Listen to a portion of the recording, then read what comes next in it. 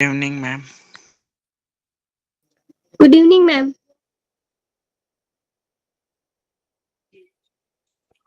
Good evening.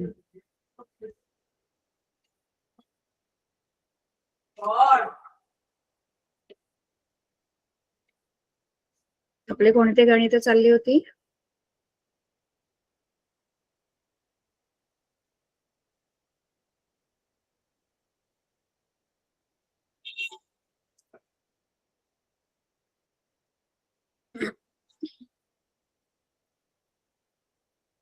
हे झाले होते का आपले 6 गणित?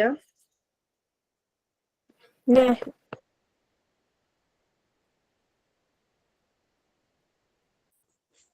झाले होते? किती गणित झालेली?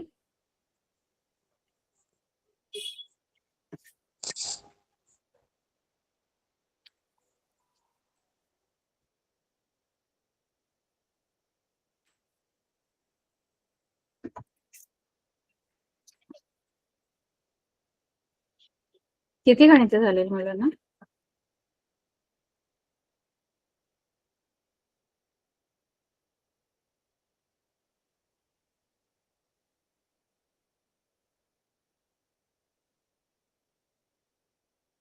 चार झाले होते का?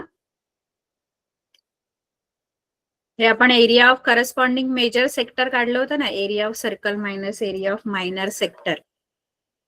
म्हणजे विशाल वर्तुळ पाकळीचे क्षेत्रफळ आपण हे शोधलं होतं इथे. विशाल वर्तुळ पाकळीचे क्षेत्रफळ बरोबर वर्तुळाचे क्षेत्रफळ वजा लघु वर्तुळ पाकळीचे क्षेत्रफळ. बरोबर ना? 5वं झालं होतं.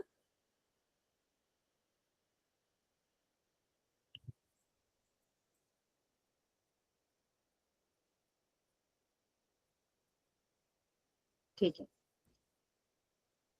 पुढचं गणित बघा. Area of sector of a circle of radius 15 centimetre is 30 centimetre square. हा 30 सेंटीमीटर स्क्वेअर म्हणजे हा एरिया आहे.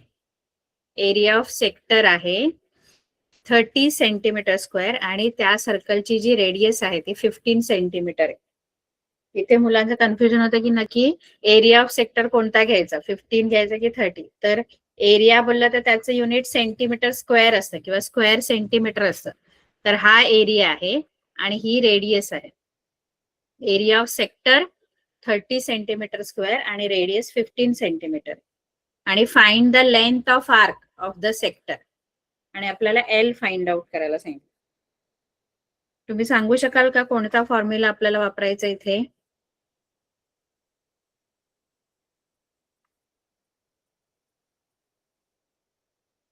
एरिया ऑफ सेक्टर आपल्याला दिलेला आहे त्याने आणि रेडियस दिले. कोणी सांगू शकेल का कोणता फॉर्म्युला मी इथे वापरू लेंथ ऑफ आर्क शोधण्यासाठी?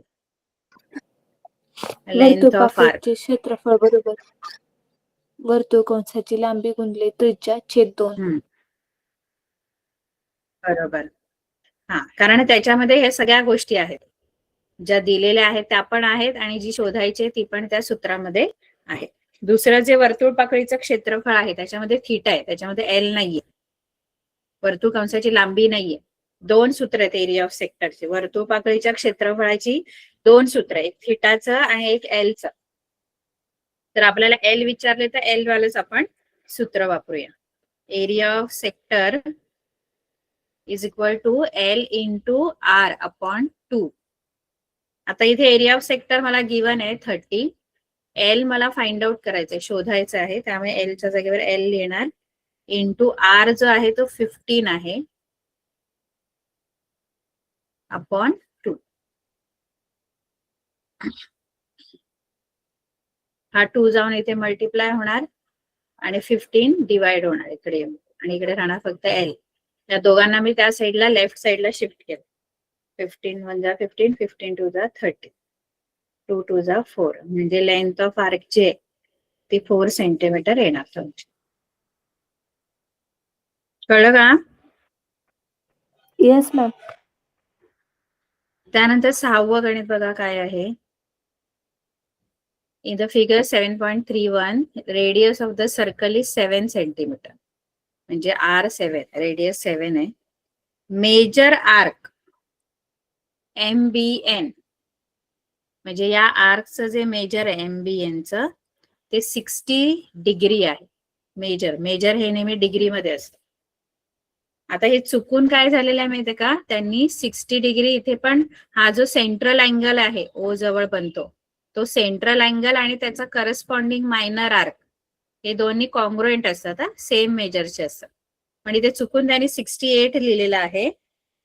ऍक्च्युली ते 60 डिग्री असायला पाहिजे, कारण इथे तुम्हाला आर्कचं मेजर 60 डिग्री दिलंय आणि लिहिताना अँगलचं मेजर 68 लिहिलंय, जे चुकीचं आहे. आर्क, मायनर आर्क आणि तो सेंट्रल अँगल हे सेम असतात, इक्वल मेजरचे असतात, कॉन्ग्रुएंट असतात. म्हणजे एक सेंट्रल अँगल आणि त्याचं करस्पॉन्डिंग मायनर आर्क हे कॉन्ग्रुएंट असतात. इथे 60 घ्या. हा, आता आपल्याला काय काय शोधायला सांगितलं, एक तर एरिया ऑफ सर्कल शोधायला सांगितलंय. याच्यासाठी पाय आर स्क्वेअर हा फॉर्म्युला वापरा. पाय आपल्याला 22/7 घेऊ शकता तुम्ही, कारण रेडियस 7 आहे बघा. 7च्या टेबल मधला नंबर असेल रेडियस तर 22/7 घेऊन टाकायचं, कारण ते मग कट होतात. कळलं का? 22/7 घ्या रेडियस, सॉरी पाय 22/7 घ्या, कारण रेडियस 7 सेंटीमीटर आहे. नंतर हे काय आहे, area of O dash MBN म्हणजे काय? ओ डॅश MBN कसलं नाव आहे? ओ डॅश MBN हे कसलं नाव आहे?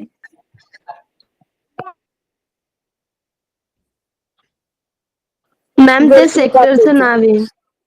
सेक्टर म्हणजे थोडक्यात तुम्हाला हे काय शोधायचंय?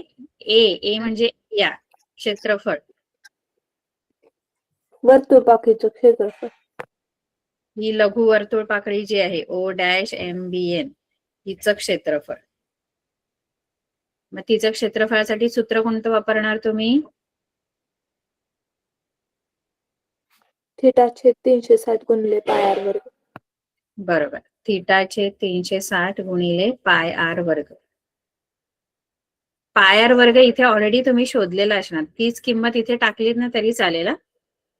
सोपं करायचं अजून, कारण पाय आर स्क्वेअर आपण ऑलरेडी शोधणार आहोत, वर्तुळाचं क्षेत्रफळ. तिथे परत परत कॅल्क्युलेट करायची गरज नाही. म्हणजे आपण आधी एरिया ऑफ सर्कल म्हणजे वर्तुळाचं क्षेत्रफळ ऑलरेडी आपण शोधणार आहोत. Area of circle is equal to pi R square. Pi आपण 22/7 घेतला, रेडियस आपली 7 आहे, त्याचा स्क्वेअर 7 जाणार 154 स्क्वेअर सेंटीमीटर. एवढा एरिया येणार सर्कलचा, एरिया ऑफ सर्कल.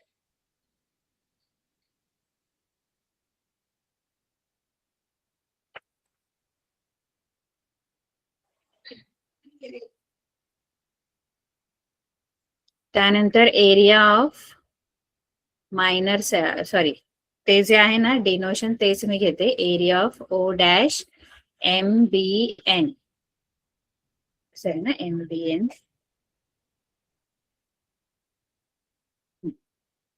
तर θ/360 into pi R square. Pi r स्क्वेअरची व्हॅल्यू ऑलरेडी आपण इथे काढलेली आहे 154. ती टाकली तरी चालेल. θ60 कारण ती तेवढीच येणार आहे कॅल्क्युलेशन करून. डायरेक्ट इथे 154 टाकलं तरी चालेल, कारण ऑलरेडी आपण ती व्हॅल्यू शोधलेली आहे बघा इथे. कळलं का? पाय आर स्क्वेअर आपण ऑलरेडी व्हॅल्यू काढलेली आहे 154. 0 0 6 1 जा 6 6 चा 36. 6 ने याला भाग जातो का? 2 ने जाईल.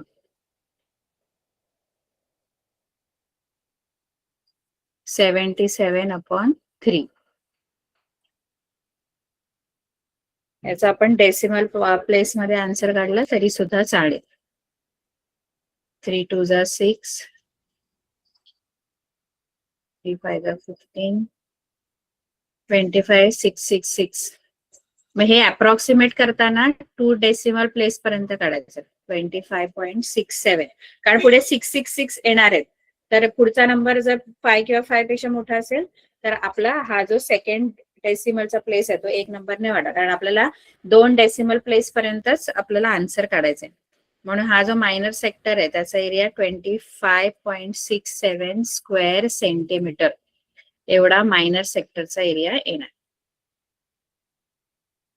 आता आणखी याच्यात काहीतरी विचारलंय, एरिया ऑफ O'(MCN) म्हणजे काय येतो? O'(MCN) काय आहे? विशाल वर्तुळपाकळी. विशाल वर्तुळपाकळी. मग तिचं क्षेत्रफळ पाहिजे. मग तिचं क्षेत्रफळ कसं मिळणार आपल्याला? विशाल वर्तुळपाकळीचे क्षेत्रफळ बरोबर वर्तुळाच्या क्षेत्रफळातून लघु वर्तुळाचे क्षेत्रफळ वजा करून. लघु वर्तुळपाकळीचं वजा करायचं. मग एरिया ऑफ O'(MCN) म्हणजे ही विशाल वर्तुळपाकळीचं क्षेत्रफळ आहे. त्याचं सूत्र एरिया ऑफ सर्कल म्हणजे वर्तुळाचं क्षेत्रफळ वजा एरिया ऑफ O'(MBN). O'(MBN) ही लघु वर्तुळपाकळी आहे, ही विशाल वर्तुळपाकळी O'(MCN). विशाल वर्तुळपाकळीचे क्षेत्रफळ बरोबर वर्तुळाचे क्षेत्रफळ वजा लघु वर्तुळपाकळीचे क्षेत्रफळ. वर्तुळाचे क्षेत्रफळ 154 आहे आणि लघु वर्तुळपाकळीचं 25.67. आता या दोघांचं सबट्रॅक्शन करायचं. सबट्रॅक्शन करताना हे डेसिमल प्लेस मध्ये आहे पण हे नाहीये, मग हे पण डेसिमल प्लेस मध्ये लिहायचं, म्हणजे पॉइंट देऊन पुढे 00 लिहायचं, कारण ऍडिशन सबट्रॅक्शन मध्ये पॉइंटच्या खाली पॉइंट येणं गरजेचं आहे. मग हे 6 7 इथे, इकडे 5 आणि इथे 2 असं हे सबट्रॅक्शन करा. उत्तर सांगा मला हे वजा करून. 128.33.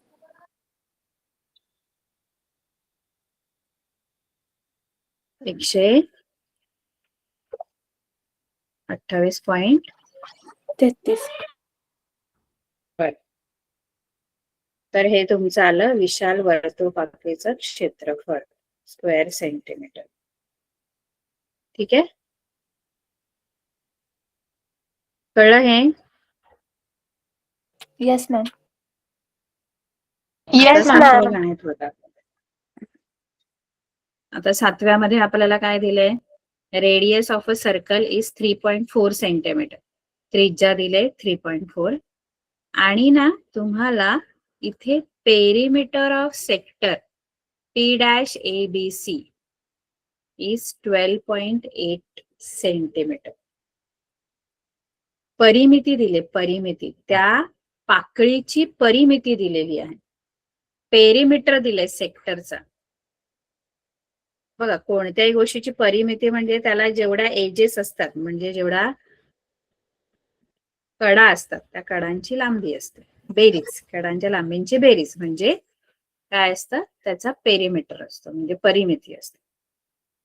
एजेसची सम, एजेसच्या लेंथची सम, एज म्हणजे कडा. पी आहे, ABC. रेडियस तुम्हाला दोनच गोष्टी दिल्या, तुम्हाला रेडियस दिले 3.4 सेंटीमीटर आणि पेरिमीटर दिले, पेरिमीटर ऑफ P'(ABC). P'(ABC) चं पेरिमीटर दिलं, एरिया नाही दिलं आपल्याला. पेरिमीटर, एरिया फाइंड आउट करायचंय. पेरिमीटर किती दिले आपल्याला? 12.8 सेंटीमीटर. आणि आपल्याला फाइंड आउट करायचंय एरिया पाकळीचा, या पाकळीचं क्षेत्रफळ. आता पाकळीच्या क्षेत्रफळासाठी एक तर थिटा मला पाहिजे, आर तर आपल्याकडे आहे, रेडियस आहे. एक तर थिटा आणि आर लागतं किंवा एल आणि आर लागतं. दोन जोड्यांपैकी कुठली तरी एक जोडी पाहिजे. आर तर मला आहे पण थिटा किंवा एल मधला काहीच दिलेलं नाही. एल दिलंय का आपल्याला? थिटा दिलंय का? कारण वर्तुळ पाकळीच्या क्षेत्रफळासाठी एकतर हे सूत्र वापरायचं असतं, πr² किंवा L इंटू R अपॉन 2. पण याच्यामध्ये थिटा आणि L दोन्ही गोष्टी नाही दिल्या, R आहे फक्त आपल्याला. पण हे जरी नाही दिलं ना आपल्याला, तरी हे आपण याच्यातली एक गोष्ट आपण मिळवू शकतो. कोणती? बघा, थिटा आपण L काय असते? L काय असते? L म्हणजे काय? वर्तुळ कंसाची लांबी. वर्तुळ कंसाची लांबी. बरोबर, लांबी आहे ती, कंसाची लांबी आहे, लेंथ ऑफ आर्क आहे है ना. ही मला मिळू शकते. का माहित आहे? कारण मला परिमिती दिलेली आहे. परिमिती म्हणजे जी पाकळी आहे, पाकळी एवढी आहे. पाकळी म्हणजे ही आता ही पाकळी जी आहे तिच्या कडा म्हणजे काय काय आहे सांगा. कडांच्या लांबींची बेरीज. कडा म्हणजे कुठल्या कुठल्या कडा आहेत? तर एक, 2 रेडियस आहेत, 2 त्रिज्या आहेत आणि एक कंस आहे ना. हा एबीसी काय आहे? कंस आहे. या त्याच्या कडा आहेत. मग यांच्या सगळ्यांची जी लांबींची बेरीज म्हणजे त्याच्यामध्ये 2 त्रिज्या आणि एक कंस, या कंसाची लांबी मला मिळू शकते. का माहित आहे? कारण ही रेडियस 3.4 आहे, ही 3.4 सेंटीमीटर आणि तिन्हीची बेरीज. पेरीमीटर म्हणजे काय? तर जी पाकळी आहे त्या पाकळीच्या जेवढ्या कडा आहेत त्यांची बेरीज. पाकळीच्या कडेला काय काय आहे? तर 2 त्रिज्या आहेत आणि एक कंस आहे. त्रिज्यांची लांबी दिली, कंसाची लांबी मला मिळू शकते. कारण पेरीमीटर मध्ये काय आहे? पेरीमीटर म्हणजे तिन्ही ज्या त्याच्या एजेस आहेत, कडा आहेत, त्यांची बेरीज. म्हणजे त्याच्यामध्ये येते PA plus PC plus length of arc ABC. किंवा नुसतं एल लिहिलं तरी चालेल, लेंथ ऑफ आर्क किंवा length of arc ABC. ABC कंसाची लांबी, कारण लांबीचीच बेरीज करतो ना आपण. ज्या पण कडा आहे, मग त्या कडांमधली एक कडा म्हणजे कंस आहे, त्याची लांबी प्लस त्रिज्या, 2 त्रिज्या आणि एक कंसाची लांबी, असं मिळून त्याची परिमिती तयार होते. कळते का परिमिती? Yes ma'am. तर परिमिती जी आहे ती 12 किती दिलेली आहे? 8 दिलेली आहे. पेरीमीटरच्या जागी, परिमितीच्या जागी 12.8. पीए तर 3.4 आहे कारण ती त्रिज्या आहे, ही पण त्रिज्या आहे पीसी. या दोन्ही 3.4 आणि लेंथ ऑफ आर्क एबीसी जे आहे ते मला मिळणार आहे. आता मी शोधणार आहे. आता हे 12.8 झाले, हे 6.8 झाले plus length of arc ABC. 6.8 इकडे न्या, इकडे ते मायनस होणार.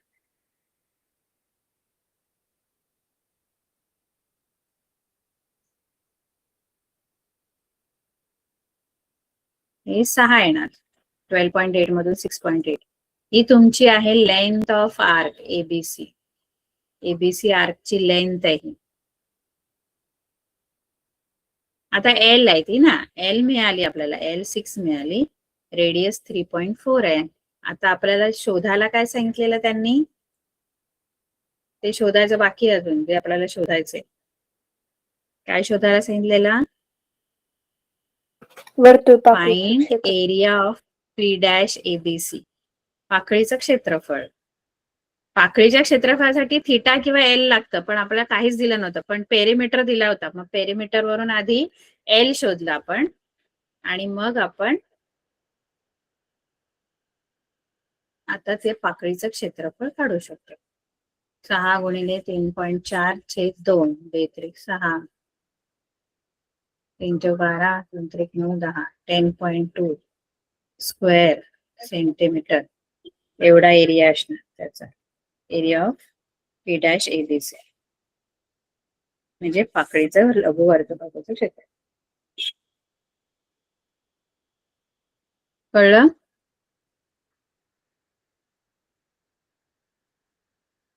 हे कळलं का सर्वांना?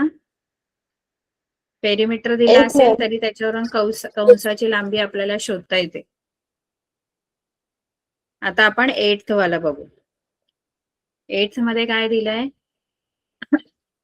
ओ is the centre of the sector, म्हणजे पाकळीचा तो केंद्रबिंदू आहे ओ. आता इथे वर्तुळ नाही दिले पण पाकळ्या दिलेल्या आहे, पाकळी. 2 पाकळ्या इथे आहेत. ओ डॅश आर एक्स क्यू ही एक आहे आणि दुसरी पाकळी जी आहे तिचं नाव काय? ओ डॅश एम वाय एन ही दुसरी वर्तुळ पाकळी. दिसतात का 2 वर्तुळ पाकळ्या? Yes ma'am. एकीचं नाव काय आहे? ओ पाकळ्यांची डॅश नावं आर एक्स सांगा. क्यू. हा, आणि दुसरी मोठी? ओ डॅश एम वाय एन. आता या दोघांसाठी जो सेंट्रल अँगल आहे म्हणजे थिटा जो आहे, जो इथे केंद्राजवळ जो कोन तयार होतो, तो दोघांसाठी कसा असेल? समान. सारखं आहे. वेगळं काय आहे सांगा, वेगळं काय आहे? वर्तुळ त्रिज्या कंसाची वेगवेगळी आहे लांबी. बघा. हा, लांबी आणि त्रिज्या वेगळी आहे. आपल्याला दोन्हीच्या लेंथ शोधायच्यात, आपल्याला दोन्हीची लांबी शोधायची. तर थिटा तुम्ही सेम घ्या, कारण 60 अंशाचा कोन या कंसासाठी पण 60 अंश, कारण केंद्रीय कोन आणि त्याचा संबंधित लघुकंस, मग ते लघुकंस किती पण असू दे, त्याचं माप जे आहे थिटा जो आहे तो त्यांचा. आता अशी समजा मी आकृती काढली, तुमचे कंस कितीही असले पण ते एकाच केंद्राजवळ जर तयार होत असतील कंस,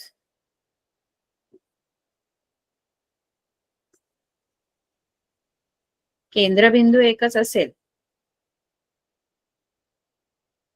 अशा त्रिज्या ह्याच्या वेगवेगळ्या असणार, पण तुमचा जो थिटा आहे हा थिटा जो असणार ना तो एकच असणार सगळ्या कंसांसाठी, सगळ्या वर्तुळ पाकळ्यांसाठी. या वर्तुळ पाकळीसाठी पण हाच थिटा जो पण असेल, 60 असेल तर 60, 100 असेल तर 100. समजा हा 60 अंश आहे तर हा कंसाचं माप 60 अंश असणार.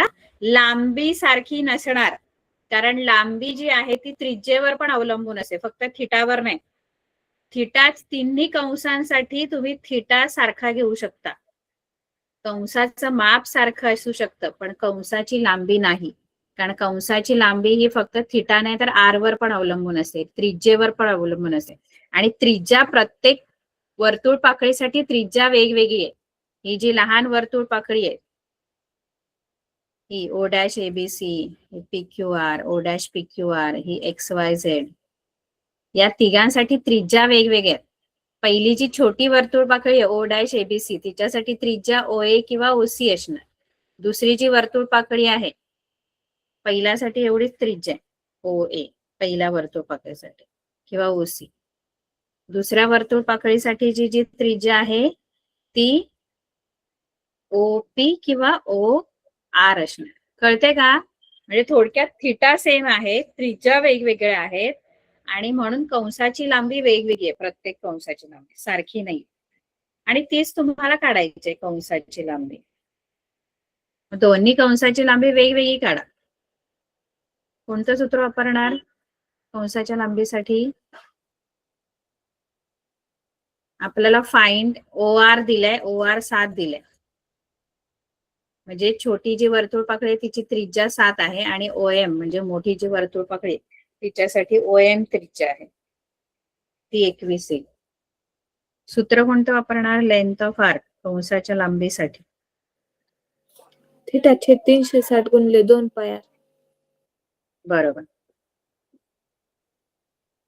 दोन्हीसाठी वेगवेगळी सूत्र वापरा. For O dash, for sector O dash, कोणते सेक्टर आहे? O dash R X Q आणि एम वाय एन.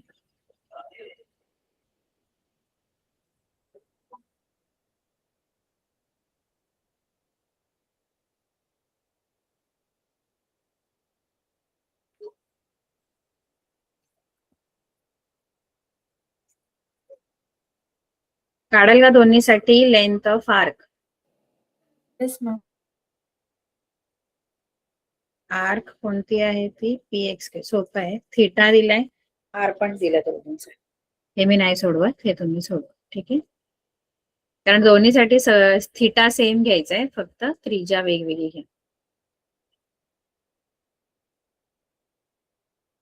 इथे आता आपल्याला 9व्या मध्ये आपल्याला काय दिलंय? In figure 7.34 if area of P dash ABC, area of P dash ABC म्हणजे ही जी पाकळी आहे P डॅश ABC, याचा एरिया काय झालेला आहे आपल्याला दिलेला आहे त्यांनी. याचा एरिया, हा एरिया किती दिलाय? याचा एरिया 154 सेंटीमीटर स्क्वेअर, या पाकळीचं क्षेत्रफळ. आणि त्रिज्या पण दिली, आर पण दिले, एरिया दिलाय, एरिया ऑफ सेक्टर, वर्तुळ पाकळीचं क्षेत्रफळ. आणि आपल्याला सांगितलंय अँगल APC फाइंड आउट करा. APC अँगल म्हणजे हा अँगल. तो अँगल शोधायचा म्हणजे काय शोधायचंय नक्की आपल्याला? हा अँगलचा मेजर म्हणजे काय शोधायचंय? अँगल APC म्हणजेच काय आहे? थिटा. थिटा आहे, कारण तो सेंट्रल अँगल आहे. आणि सेंट्रल अँगल म्हणजे थिटा असतो, किंवा मेजर ऑफ आर्क म्हणजे थिटा असतो, कारण तो सेंट्रल अँगल आणि आर्कचं मेजर हे सेमच असतं. म्हणजे तुम्हाला थोडक्यात थिटा शोधायचं आणि लेंथ ऑफ आर्क ABC शोधायचं, म्हणजे ABC ची लेंथ शोधायची. सोपे येतं. मग पहिलं तर मला रेडियस किती दिलेलं आहे? रेडियस 14 सेंटीमीटर आहे, आणि area of P dash ABC म्हणजे त्या सेक्टरचा एरिया 154 सेंटीमीटर स्क्वेअर किंवा स्क्वेअर सेंटीमीटर. आणि आपल्याला फाइंड आउट करायचं अँगल APC आणि दुसरं लेंथ ऑफ आर्क ABC. तर पहिला मी अँगल APC जर मला शोधायचंय तर थिटा आहे ना ते, मग थिटासाठी एरिया दिलाय आणि आर दिलाय, मग एरियाचा फॉर्म्युला मी वापरेन, पाकळीच्या क्षेत्रफळाचं सूत्र वापरेन ज्याच्यात थिटा आहे. एल वाला, एल पण काढायला सांगितलंय.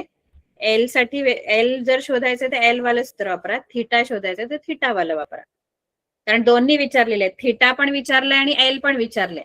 मग थिटासाठी कोणतं सूत्र वापराल तुम्ही? थिटासाठी थिटा 360 गुणिले त्याच्यामध्ये पाय थिटा वर्ग. आहे, हा, पाय आर वर्ग. मग हे area of P dash ABC दिलंय मला 154. थिटा मला माहित नाहीये, शोधायचं आहे. पाय तुम्ही 22/7 घ्या, कारण आर 14 आहे, 7च्या पाड्यातली संख्या म्हणून. 7 एके 7, 7 दुणे 14. आता आपल्याला थिटा जो आहे तो उजवीकडे आहे, आणि त्या थिटा बरोबर खूप साऱ्या संख्या आहेत बघा. मग सगळ्या संख्या ज्या उजवीकडच्या आहेत थिटा बरोबरच्या, त्या सगळ्या लेफ्ट साइडला डावीकडे शिफ्ट करायचे, कारण थिटा जो शोधायचा आहे तो तिकडे त्याच बाजूला ठेवायचा असतो जिथे तो असतो. जी मला क्वांटिटी शोधायची आहे ती त्याच बाजूला ठेवायची जिथे ती आहे, आणि बाकी सगळ्या गोष्टी दुसऱ्या साईडला शिफ्ट करायच्या असतात, बाकी सगळ्या क्वांटिटीच्या. मग मी थिटा इथेच ठेवणार, आणि याच्याबरोबर जेवढ्या पण संख्या आहेत, 1, 360 आहे, 22 आहे, 2 आहे, 14 आहे, त्या सगळ्या इकडे जाणार. पण इकडे जाताना ज्या डिवाइड आहे, 360 बघा डिवाइड आहे, ती तिथे जाऊन मल्टिप्लाय होणार. या 154 बरोबर 360 मल्टिप्लाय होणार, आणि डिवायडेड बाय जे मल्टिप्लाय आहेत थिटा बरोबर 22, 2, 14 हे डिवाइड होणार. आता इथे जे काही कॅल्क्युलेशन तुम्हाला करायचंय ते करून घ्यायचं. इथे 2 ने हा डिव्हिजिबल आहे, 2 7 जा 2 7 जा, हे दोन्ही आता 11 ने डिव्हिजिबल, 11 2 जा 11 7 जा. इथे 14 आहे, इथे 7 आहे, 7 1 जा 7, 2 जा 14, 2 आहे 360 आहे, 2 1 जा, आणि इथे 180 आहे. इथे परत 2 राहिलाय अजून ना इथं, खाली. त्यामुळे परत या 2 ने 2 1 जा आणि या 1 ने 2. आता खाली काही नाही राहिलंय आणि वरती 90 शिल्लक राहिलेलं. म्हणजे तुमचा जो थिटा आहे तो आलेला आहे 90 डिग्री, डिग्री मध्ये असतो. आणि तेच तुमच्या अँगल एपीसीचं मेजर आहे. अँगल एपीसी पण 90 डिग्री असते. आता लेंथ ऑफ आर्क पण शोधायला सांगितलं. मग कोणते सूत्र वापराल आता लेंथ ऑफ आर्क साठी? LR/2. LR/2. Area of P dash ABC म्हणजे वर्तुळपाकळीचं क्षेत्रफळ बरोबर L गुणिले R/2. वर्तुळपाकळीचं क्षेत्रफळ 154. लेंथ मला शोधायची आहे. R 14 आहे आणि 2. L इथेच ठेवा जे शोधायचं आहे. बाकीचे त्याच्या बरोबरचे जे नंबर्स आहेत ते दुसऱ्या साईडला मी शिफ्ट केले. त्याच्यातला 2 जो आहे तो मल्टिप्लाय होणार आणि 14 डिवाइड होणार. 2 7 जा 2 1 जा 2 7 जा 7 1 जा 7 2 जा 14. L 22 centimetre length of arc. कळलं? Yes ma'am. हो मॅम. आता पुढे पुढची गणित, पुढचं जे 10वं गणित आहे ते तुम्ही सोडवू शकता. तुम्हाला काय सांगितलं, तुम्हाला ह्या 10व्यामध्ये काय दिलेलं आहे माहितीये का? रेडियस जी आहे सर्कलची ती 7 सेंटीमीटर आहे. पण जे मेजर ऑफ आर्क आहे, मेजर ऑफ आर्क त्या सेक्टरसाठी ते वेगवेगळे दिलेत. आता मेजर ऑफ आर्क म्हणजे थिटा, म्हणजे एकदा थिटा 30 डिग्री घ्या, एकदा रेडियस सेमच ठेवायची आहे आणि थिटा वेगवेगळ्या घ्यायच्यात. एकदा थिटा 30 डिग्री घ्या, एकदा 210 घ्या, एकदा 3 राईट अँगल्स घ्या. 3 राईट अँगल म्हणजे किती, थिटा किती डिग्रीचा होणार? 3 राईट अँगल. एक राईट अँगल किती डिग्रीचा असतो? 9. नाही. एक राईट अँगल किती डिग्रीचा असतो? किती मेजर असतं? 90 अंश. 90. आणि असे 3 राईट अँगल घ्यायचे. 3 राईट अँगल्स म्हणजे किती थिटा होणार? 270 अंश. 270. म्हणजे हे वेगवेगळे थिटा घ्या. एकाचं मी 3 राईट अँगलचं तुम्हाला दाखवते. प्रत्येक 3 वेगवेगळी गणित आहेत. त्याच्यामध्ये रेडियस सेम घ्यायचे पण थिटा वेगवेगळा घ्यायचा. थिटा जो आहे तो 3 राईट अँगल आहे. 3 काटकोन म्हणजे एक काटकोन 90 अंशाचा असतो. मग ते 90 × 3 होणार म्हणजे 270 डिग्री होणार थिटा. आणि R 7 सेंटीमीटरच तुम्हाला ठेवायचं आहे. आणि area of sector find out करायला सांगितलं बघा. क्वेश्चन खाली दिलाय तुम्हाला. Find the area of sector in each case. प्रत्येक केस मध्ये एरिया ऑफ सेक्टरच शोधायचा आहे. शोधाल एरिया ऑफ सेक्टर. कोणता फॉर्म्युला वापरणार एरिया ऑफ सेक्टर साठी? कोणतं सूत्र वापराल? थिटा 360 गुणिले पाय r वर्ग.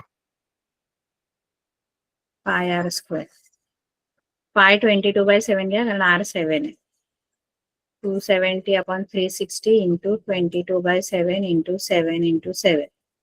7 7 गेले, हा 0 0 गेला. 9च्या टेबलमध्ये येतात दोन्ही नंबर. 9 3 जा 27, 9 4 जा 36. आता 4 राहिले खाली. वरती कशाला डिवाइड नाही होत आहे. आता एक काम करायचं, वरती 3 आहे इंटू 22 आहे इंटू 7 आहे आणि डिवायडेड बाय 4. या तिघांचं मल्टिप्लिकेशन करा आणि आलेलं जे आन्सर आहे त्याला 4 ने डिवाइड करून एरिया ऑफ सेक्टर काढायचं. 66 × 7/4. हा इथे 2 ने डिव्हिजिबल आहे बघा. 4 2 2 जा 2 11 जा 3 33 into 7/2.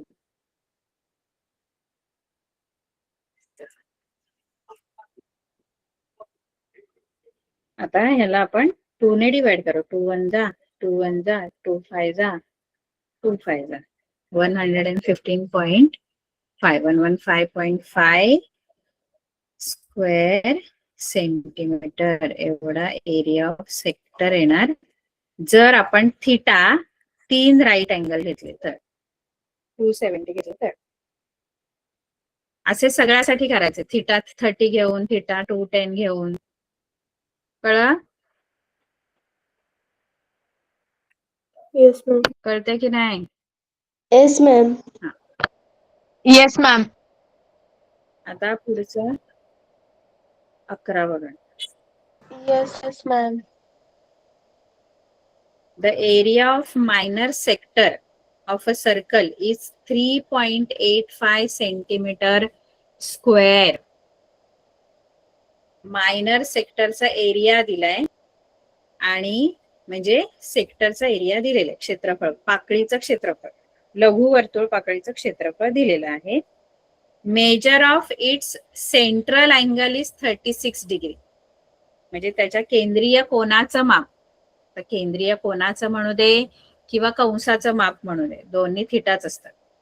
मग थिटा 36 दिलेला आहे आणि आपल्याला आता रेडियस, एवढ्या गणितांमध्ये आपल्याला रेडियस प्रत्येक गणितात दिलेली होती. आता पहिल्यांदाच आपल्याला बाकी सगळं दिलंय. आपल्याला काय फाइंड आउट करायचंय? त्रिज्या. त्रिज्या. पहिल्यांदाच तुम्हाला त्रिज्या या एक्सरसाइज मध्ये फाइंड आउट करायचे. शोधू शकता तुम्ही. एरिया ऑफ सेक्टर दिलाय की नाही, पाकळीचं क्षेत्रफळ दिलंय, थिटा दिलाय. आपण काय बघितलं, कोणत्याही सूत्रामध्ये बाकीच्या गोष्टी दिल्या असतील तर तिसरी गोष्ट, 3 गोष्टी असतील तर 2 दिल्या असतील, तिसरी आपल्याला शोधता येते कोणतीही. मग असं तसंच मी आता आर शोधणार आहे.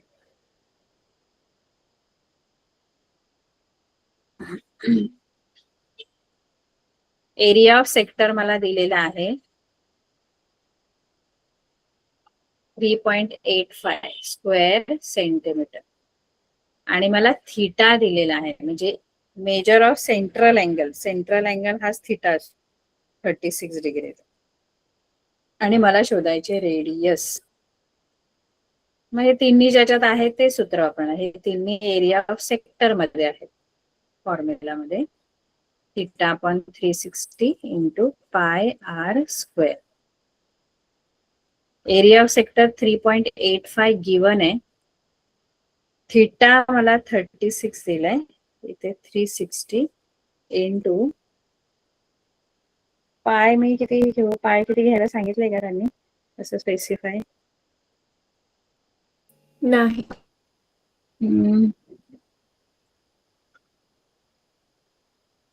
हा जरा 6 भाग जाणारी संख्या आहे म्हणून मी 22/7 घेते. आर तर नाही दिलाय त्यामुळे आर वरून आपल्याला शक्यतो कळतो 22/7 घ्यायचं की 3.40. कारण आर जर 7च्या पाड्यातला असेल तर आपण 22/7च घेतो.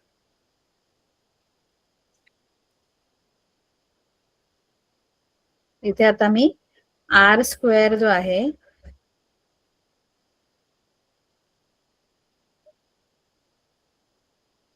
आर स्क्वेअर इथेच ठेवणार आणि बाकी सगळ्या इथे जे कॅल्क्युलेशन काय होत असेल तर बघ, इथे 36 वजा 36, इथे 36 वजा आणि 0 म्हणजे 1/10.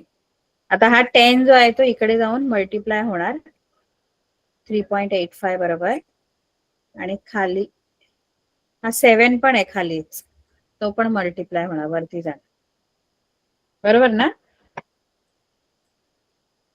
2 गोष्टी खाली राहिल्यात, 10 आणि 7. आणि वरती राहिले फक्त 22. ते खाली येणार आणि या बाजूला आर स्क्वेअर, कारण तो मला शोधायचा. आता इथे यांना दोघांना 2 ने भाग जातो, 10 आणि 22 ला. 2 5 जा 10, 2 1 जा 2 1 जा. ठीक आहे. आता इथे 11 आले. आता 11 ने तर हे 5 आणि 7 तर डिव्हिजिबल नाही असला तर हा नंबर डिव्हिजिबल असू शकतो. 11 ची टेस्ट माहिती आहे का तुम्हाला? अल्टरनेट नंबरची सम करायची आणि नंतर त्यांची वजाबाकी करायची. ती 0 किंवा 11 आली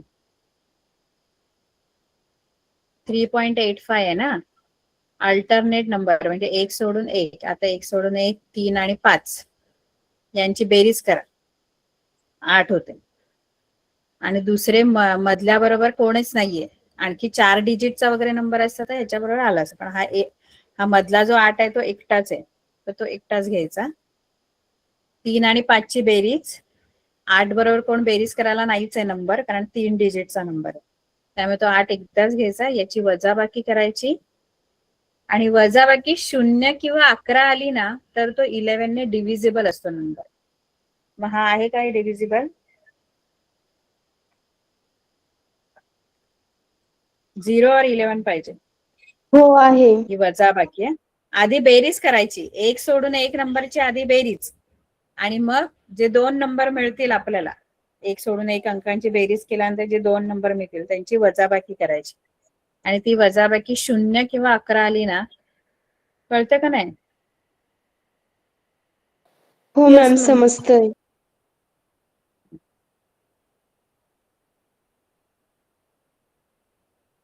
समजा असा नंबर आहे, तर इथे 1 सोडून 1 आधी बेरीज करायची. 1 आणि 0 ची बेरीज 1 येते, आणि 9 आणि 3 ची बेरीज 12 येते. मग या दोघांची जी बेरीज आली त्यांची वजाबाकी करायची, ते 11 आली बघा. म्हणजे हा नंबर पण 11 ने, 11 ने भाग जाणार. आणि इथे 22 पण असल्यामुळे तो 11 ने डिव्हिजिबल आहे. मग दुसरा कोणता नंबर 11 ने डिव्हिजिबल आहे की नाही हे बघण्यासाठी आपल्याला ती उपयोगी पडते टेस्ट. हा 11 ने डिव्हिजिबल आहे. 11 वन जा, पहिला 0चं डिव्हिजन होईल कारण 3 आहे फक्त, नंतर मग 11 3 जा 33, आणि मग 5 राहिले, वरून 5 गेले, मग 11 5 जा 55. बरोबर आहे? Yes, ma'am.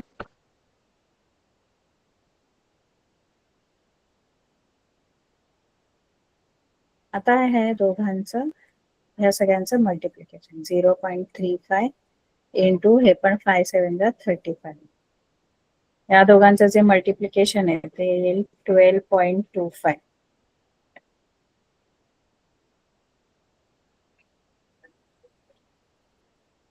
याचं वर्गमूळ काढायचं, कारण आर पाहिजे तर 12.25चं स्क्वेअर रूट. याचं स्क्वेअर रूट माहिती आहे का? 12 किंवा 12.25 पेक्षा 25 फक्त बघा कोणाचा. याचं स्क्वेअर रूट माहिती आहे का तुम्हाला? 1225. हा कोणाचा वर्ग आहे? 1225. 35. 35. मग इथे 35 न लिहिता 3.5 लिहा, कारण तुमचं जे नंबर आहे त्याच्यामध्ये पॉइंट आहे, पॉइंटच्या पुढे 2 नंबर आहे, रूट मध्ये 1 नंबर, म्हणजे स्क्वेअर मध्ये जर पॉइंट नंतर 2 नंबर असेल तर रूट मध्ये एकच नंबर येतो. 3.5 ही रेडियस येणार तुमची सेंटीमीटर. कळलं? हे सिंपल कॅल्क्युलेशन आहे फक्त आर साठी. Yes. फक्त शेवटी इथे स्क्वेअर रूट काढताना व्यवस्थित काढायचं. त्यानंतर आणखी एक गच गणित राहिलं माझ्या मते. नाही रे, खूपच आहेत. रडे 2 राहिले. 13 आहे ना, 12व बघूया आपण.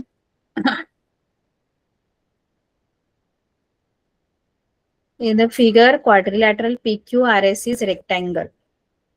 If PQ is equal to 14 centimeter, QR is equal to 21 centimeter, find the areas of the part X, Y and Z. हे जे भाग त्यांनी बनवले 3 या आयतामध्ये, हा आयत आहे. PQRS हा रेक्टँगल आहे आणि त्या रेक्टँगलच्या दोन्ही साइड्स दिलेल्या आहेत. PQ 14 दिलेला आहे, QR 21 दिलेला आहे. आणि find the areas of the part x, हा जो पार्ट आहे एक्स पार्ट एवढा आहे हा, त्याचा एरिया. त्यानंतर वाय पार्ट जो आहे हा, त्याचा एरिया. आणि झेड पार्टचा एरिया, हा झेड. असे 3 पार्टचे एरियाज फाइंड आउट करायचे. त्याच्यापैकी या 3 पैकी ना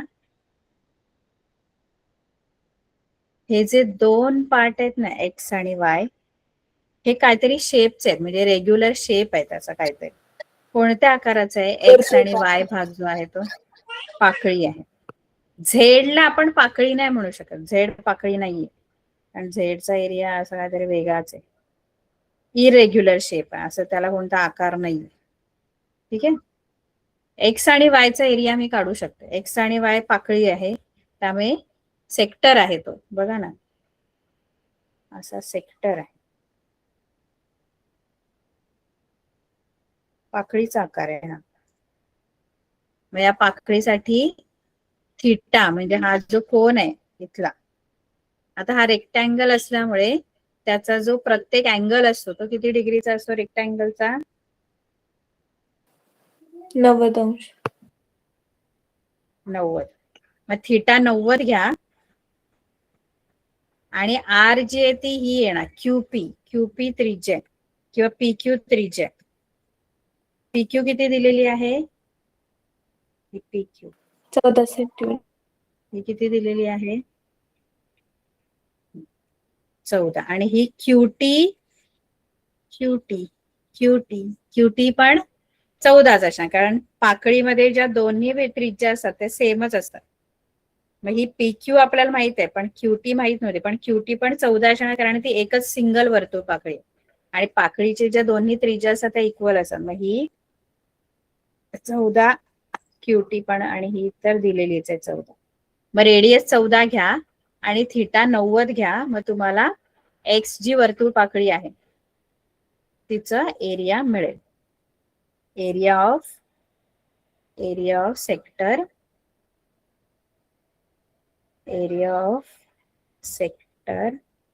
ऑफ पार्ट एक्स म्हणजे एक्स भागाचा area. Theta upon 360 into pi R square. Theta 90, pi 22/7 घेते, कारण जी रेडियस आहे ती 14 आहे. हे सॉल्व्ह करा तुम्ही. ठीक आहे. हा एक्स पार्टच्या सेक्टरचा एरिया. आता वाय पार्टचा सेक्टरचा एरिया जर काढायचा तर वाय साठी पण थिटा 90 डिग्रीच येणार, पण रेडियस किती येणार वायची त्रिज्या एवढी आहे आर टी, किंवा ही बघा, ही पूर्ण क्यू आर आहे ना, क्यू आर ही 21 सेंटीमीटर आहे. क्यू आर पूर्ण, त्याच्यातली ही क्यूटी 7 सेंटीमीटर, सॉरी 14 सेंटीमीटर आहे क्यूटी, कारण क्यूपी आणि क्यूटी हे दोन्ही एकाच वर्तुळपाकीच्या त्रिज्या आहेत, त्यामुळे ते इक्वल असणार.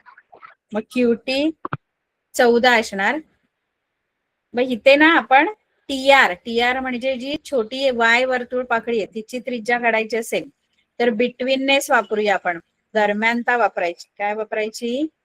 दरम्यानता. Q dash T dash R. Q dash T dash R म्हणजे QT plus T R is equal to Q R. माहित आहे ना? QT plus T R is equal to Q R. त्याच्यामध्ये क्यूटी मला माहित आहे, क्यूटी आणि मगाशी ती त्रिज्या मोठ्या वर्तुळ पाकळीची, त्या छोट्या वर्तुळ पाकळीची त्रिज्या, आणि क्यू आर 21 दिलेले आहे. T R equal to 21 minus 40 7 आहे. आपण हे बघा, ओरली आपल्याला तोंडी सांगता येतं की टी आर 7 असणार, पण ते लिहायला पण लागतं. मग ते लिहिण्यासाठी तुम्ही ही बिटवीननेस म्हणजे दरम्यानता वापरायची आहे. कळलं का? डायरेक्ट आपल्याला कळतं की ही पूर्ण 21 आहे, ही एवढी 14 आहे, तर याची त्रिज्या 7 असणार. मग हिची त्रिज्या 7 घेऊन या आपण पाकळीचं क्षेत्रफळ काढा. मग वाय पाकळीचं पण क्षेत्रफळ मिळेल. आता राहिला झेड पार्ट. झेड पार्ट जो आहे तो कुठली पाकळी नाहीये, किंवा तो असा कोणता असा आकार नाहीये ज्याचं क्षेत्रफळाचं सूत्र मला माहित आहे. इरेग्युलर शेप आहे.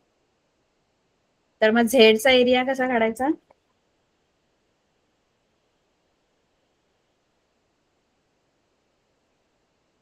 बघा, झेडचा एरिया काढण्यासाठी तुम्ही काय कराल माहितीये का?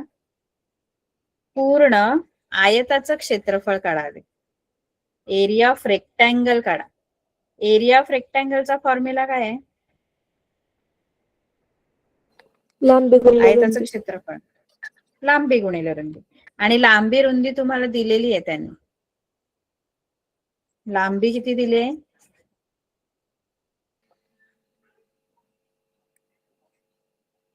21 सेंटीमीटर. 21 आणि रुंदी 14 दिलेली आहे.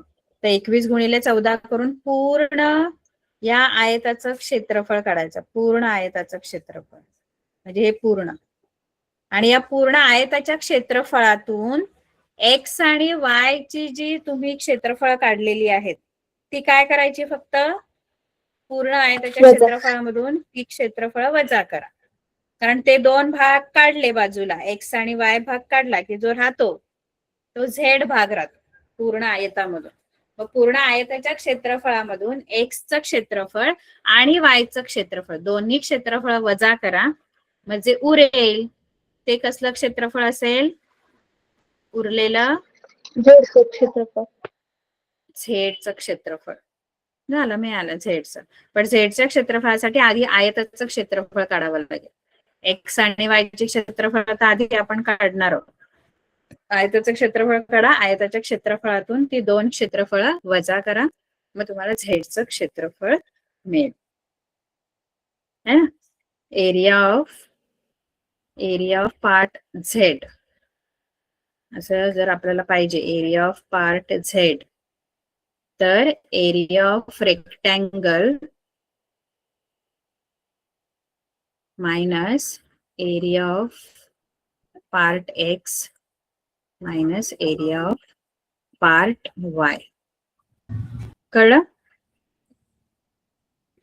Yes ma'am. म्हणजे झेड भागाचे क्षेत्रफळ बरोबर आयताचे क्षेत्रफळ वजा एक्स भागाचे क्षेत्रफळ वजा वाय भागाचे क्षेत्रफळ. एवढी गणिते सोडवा हा. आपली वेळ भेट. ठीक आहे.